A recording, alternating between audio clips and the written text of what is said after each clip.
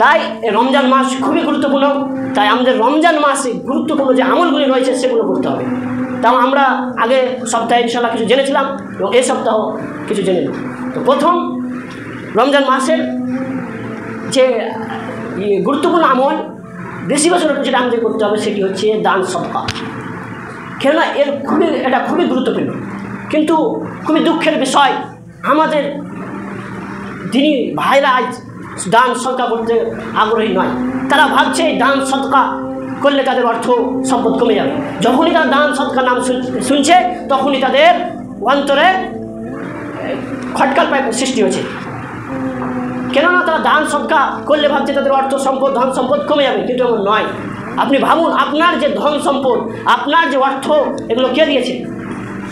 মহান রব্বুল আলামিন। কেন এটা তৌহিদ রুবুবিয়্যাহ, আপনার সৃষ্টিকর্তা, পালনকর্তা, রুজিদাতা, ভাগ্য বিধাতা, নির্ভরদাতা কে?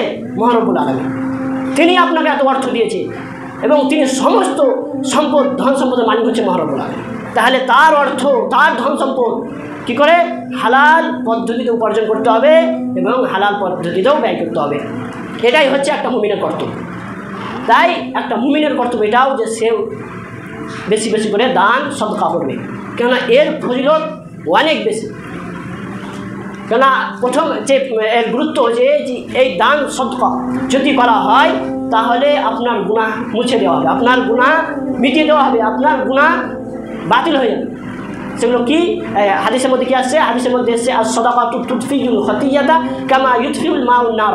বলছে সদকা হচ্ছে এমন একটি জিনিস যা সাদাকাতু তুতফিউল খাতিয়াতা, সদকা তোমার গুনাহকে মিটিয়ে দিবে। কীরকম?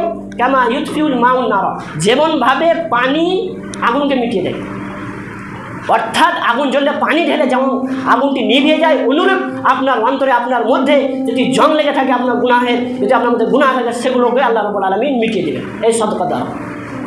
এবং আরেক জায়গায় এসছে আল্লাহ রাব্বুল আলামিন কোরআনের মধ্যে বলছেন ইন তুবদু সাদাকাতি ফাইন্নামা হিয়া, যে সদকা তোমার যদি সদকা দাও ফাইন্নামা হিয়া, তাহলে সেটা তোমাদের জন্য উত্তম হবে। এবং আল্লাহ তা বলছে ওয়াইন তুখফুহা আও তুতুহাল ফুকারা ফাহুয়া খায়রুল লাকুম, যদি সেটিকে তোমরা গোপনে দাও, ওয়াতুল ফুকারা এবং ফকির মিসকিনকে দাও, ফাহুয়া খায়রুল লাকুম, তাহলে এটা এর থেকেও বেশি উত্তম হবে। তারপর আল্লাহ তাআলা ওয়ায়ুকাফিরু আনকুম মিন সাইয়্যাতিকুম, এবং এর ওসিলায় তোমাদের গুনাহগুলোকে মিটিয়ে দেওয়া হবে।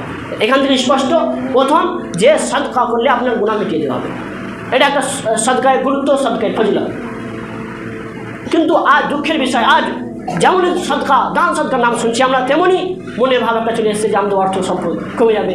কিন্তু না, রাসূল সাল্লাল্লাহু আলাইহি ওয়াসাল্লাম বলছেন মা নাকাদা আব্দু মালিন মিন সাদাকাতি, বলছে সদকা যদি কেউ দেয় তাহলে তার মাল কোনোদিন কমবে না, বরং সেটা বৃদ্ধি পাবে। কেননা আল্লাহ রাব্বুল আলামিন কোরআন মাজিদের মধ্যে বলছেন মাসালুল লাযীনা ইউনফিকুনা ফি সাবিলিল্লাহি কামাসালি হাব্বা আম্বাতাত সাবআ সানাবিলা ফি কুল্লি সুমবুলাতিন মিয়াতু হাব্বা ওয়াল্লাহু ইউযাইফু লিমান ইয়াশা ওয়াল্লাহু ওয়াসিউন আলিম। আল্লাহ রাব্বুল আলামিন বলছেন ইউনফিকুনা আমওয়ালাহুম ফি সাবিলিল্লাহ, বলছে যারা তাদের নিজের ধন সম্পদকে যারা আল্লাহর রাস্তায় খরচ করে তাদের উদাহরণ বর্ণনা করে আল্লাহ বলছেন কামাসালি হাব্বা, তারা একটি বীজের মতো। বীজটি কেমন? বলছে আম্বাতাত সাবআ সানাবিলা ফি কুল্লি সুমবুলাতিন মিয়াতু হাব্বা, বলছে আপনি একটি বীজ লাগালেন, তার ওই বীজে 60টি শীষ জন্মাবে এবং প্রত্যেকটি শীষে 100টি করে দানা। এই অনুরূপ এরকমই হচ্ছে যারা দান সদকা করে তাদের উদাহরণ দিয়ে বলছে। অর্থাৎ এখান থেকে স্পষ্ট যদি আপনি 1 টাকা দিয়ে থাকেন তো অবশ্যই সেটা বরকতে 700 টাকা হয়ে যাবে। কেন আল্লাহ রাব্বুল আলামিন বলছেন যে মাসালুল লাযিনা ইউনফিকুনা আমওয়ালাহুম ফি সাবিলিল্লাহ, যারা আল্লাহর রাস্তায় খরচ করলো কামাসালি হাব্বা, তাহলে তাদের উদাহরণ বীজের মতো।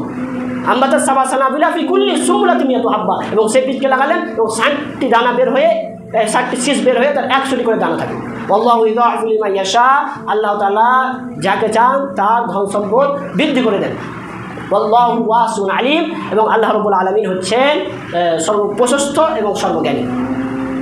এখান থেকে স্পষ্ট যে দান সদকা করলে আপনার সম্পদ কোনোদিনই কমবে না, বরং সেটা আরও বৃদ্ধি পাবে। কেননা মুহাম্মদ সাল্লাল্লাহু আলাইহি ওয়াসাল্লাম বলছেন মান তাসাদ্দাকা বিআদলি তামরাতিন, বলছে যে ব্যক্তি একটি খেজুর দান করলো মিন কাসবি তাইয়িবিন, হালাল উপার্জন থেকে, কাসবি তাইয়িবিন হালাল উপার্জন, হারাম নয়। ওয়ালা ইয়াকবালুত তাইয়িবা ইল্লা তাইয়িব, কেন আল্লাহ রাব্বুল আলামিন হালাল শুধু পবিত্র করেন আর তাছাড়া কোনো কিছু পবিত্র করেন না। তারপর বলছেন ইন্নাল্লাহা ইউতাকাব্বিলুহা বিয়ামিনিহি, আল্লাহ রাব্বুল আলামিন সে ওই খেজুরটিকে, অর্থাৎ সে যে দান সদকা করেছিল একটি হালাল উপার্জন থেকে একটি খেজুর, সেই খেজুরটিকে আল্লাহ রাব্বুল আলামিন তার নিজের হাত দিয়ে, ডান হাত দিয়ে গ্রহণ করবেন। সুম্মা ইউরাব্বিহা লিসাহিবিহি, অতঃপর আল্লাহ তাআলা সেই খেজুরটাকে সে লালন পালন করবে। কেমন? কামা ইউরাব্বি, যেমন তোমরা লালন পালন করো, আহাদুকুম ফালুবাহু, তোমাদের মধ্যে যেমন কোনো ঘোড়ার বাচ্চাকে যেমন তোমরা লালন পালন করো, সেভাবে আল্লাহ রাব্বুল আলামিন ওই খেজুরটিকে লালন পালন করবে। হাত্তা তাকুনা মিসলাল জাবাল, যতক্ষণ পর্যন্ত সে একটি পাহাড় সমতুল্য হয়ে যাবে। এখান থেকে স্পষ্ট যে সাদকা করলে অর্থ সম্পদ কমে না, বরং সেটা দ্বিগুণ গুণে বেড়ে যায়। এবং এই সদকার আরেকটি ফজিলত হচ্ছে যে সকালে আমাদের জন্য যে দুটি ফেরেশতা আসে, সেই দুটি ফেরেশতাগণ কি দোয়া করে, তার মধ্যে একজন দোয়া করে আল্লাহুম্মা আতি মুনফিকান খলাফা, মুনফিকান খলাফা, হে আল্লাহ রাব্বুল আলামিন যারা দানশীল, যারা দান করে আল্লাহ তাআলা তুমি তাদেরকে অচিরেই বদলা দিয়ে দাও। এবং আরেকজন ফেরেশতা কি দোয়া করে, আল্লাহুম্মা আতি মুমসিকান তালাফা, এবং যারা বখিল, যারা কৃপণ, যারা তাদের অর্থ সম্পদকে কৃপণতা করে দান সদকা করে না, নিজের বাড়ি ইত্যাদিতে খরচ করে বেড়ায়, তাদেরকে কী করো, তুমি ধ্বংস করে দাও।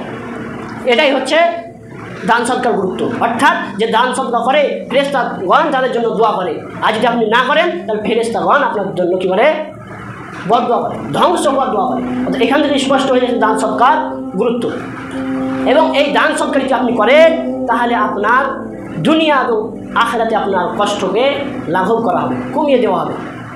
কেননা বলছে ওয়ামাই ইয়াসসাল্লাহ, যে ব্যক্তি ইয়াসসাল্লাহ আলা মুহসিনিন, সাহায্য প্রাপ্তি মানুষের সাহায্য করলো, ইন্নাল্লাহা ইয়াসসারা ফিদ দুনিয়া ওয়াল আখিরাহ, তাহলে নিশ্চয় আল্লাহ রাব্বুল আলামিন তাকে দুনিয়া এবং আখিরাতে তাকেও তার কষ্ট লাঘব করে দেবে।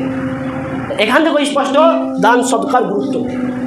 এই দান সদকা যদি আপনি না করেন তাহলে আপনি সেদিন কিয়ামতের দিন বাঁচতে পারবেন।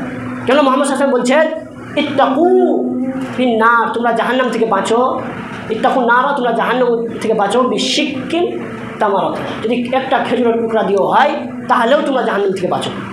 এখান থেকে স্পষ্ট যে এই সাদকা যদি আপনি অধিক মাত্রায় করেন তাহলে ইনশাল্লাহ আপনি জাহান্নাম থেকে মুক্তি পাবেন। আর নচেত যখন আপনার দিন চলে আসবে তখন আপনার কোনো উপায় থাকবে না। কারণ আল্লাহ রাব্বুল আলামিন বলছেন ওয়ানফিকু মিম্মা রাযাকনাকুম, বলছে তোমরা খরচ করো মিম্মা রাযাকনাকুম, আমি যা তোমাদেরকে রিজিক দিয়েছি, মিন ক্বাবলি আন ইয়াতিয়া আহাদুকুল মাউত, তোমাদের মধ্যে কারো মৃত্যু আসার পূর্বেই সেটাকে খরচ করো। কেননা যখন ইয়াতিয়া আহাদুকুল মাউত, যখন তোমাদের মৃত্যু আসবে তার পূর্বেই, কেননা ফায়াকুলু, তোমরা বলবে লাউলা আখরত ইয়া রব্বি লাউলা আখরতানি ইলা আজালিন করিব ফাসাদদাকা ওয়া কুম মিনাস সালিহিন, হে আমার প্রভু ইয়া রব্বি লাউলা আখরতানি ইলা আজালিন করিব, তাহলে আমাকে একটু সময় অবকাশ দেওয়া হোক, ফাসাদদাকা, তাহলে আমি অবশ্যই কী করবো, সদকা করবো, ওয়া কুম মিনাস সালিহিন, এবং নেককারীদের অন্তর্ভুক্ত হব। অর্থাৎ এখানে স্পষ্ট যে আপনি এই সদকা যদি করেন তাহলে সেদিন জাহান্নাম থেকে মুক্তি পেতে পারবেন, না হলে আপনি শুধু পস্তাতে থাকবেন, আফসোস করতে থাকবেন, আপনার কোনো কামে আসবে না। এবং এই সদকা আমাদেরকে করতে হবে কিছু শর্তের ভিত্তি, নিয়ত খালিস নিয়তে করতে হবে, অর্থাৎ শুধু আল্লাহর সন্তুষ্টির উদ্দেশ্যে, অন্য লোক দেখানো চলবে না। কারণ আমরা জানি ইন্নামা লিকুল্লি ইমরিইন মা নাওয়া, প্রত্যেক ব্যক্তিকে তার নিয়তের ফলেই তাকে প্রতিদান দেওয়া হয়। আর এই দান সদকা করে যদি আপনি কাউকে খোটা দেন, যদি আপনি কাউকে ক্ষতি করেন তাহলে আপনার দান সদকা বাতিল হয়ে যাবে। কেননা আল্লাহ রাব্বুল আলামিন বলেছেন লা তুবতিলু সাদাকাতিকুম বিল মান্নি ওয়াল আযা, তোমরা তোমাদের সদকাকে বাতিল করিও না বিল মান্নি ওয়াল আযা, বিল মান খোটা দিয়ে, ওয়াল আযা এবং কষ্ট দিয়ে। অর্থাৎ আপনি কাউকে দান করবেন তাকে কোনোরকম কষ্ট, কোনোরকম খোটা দেবেন না।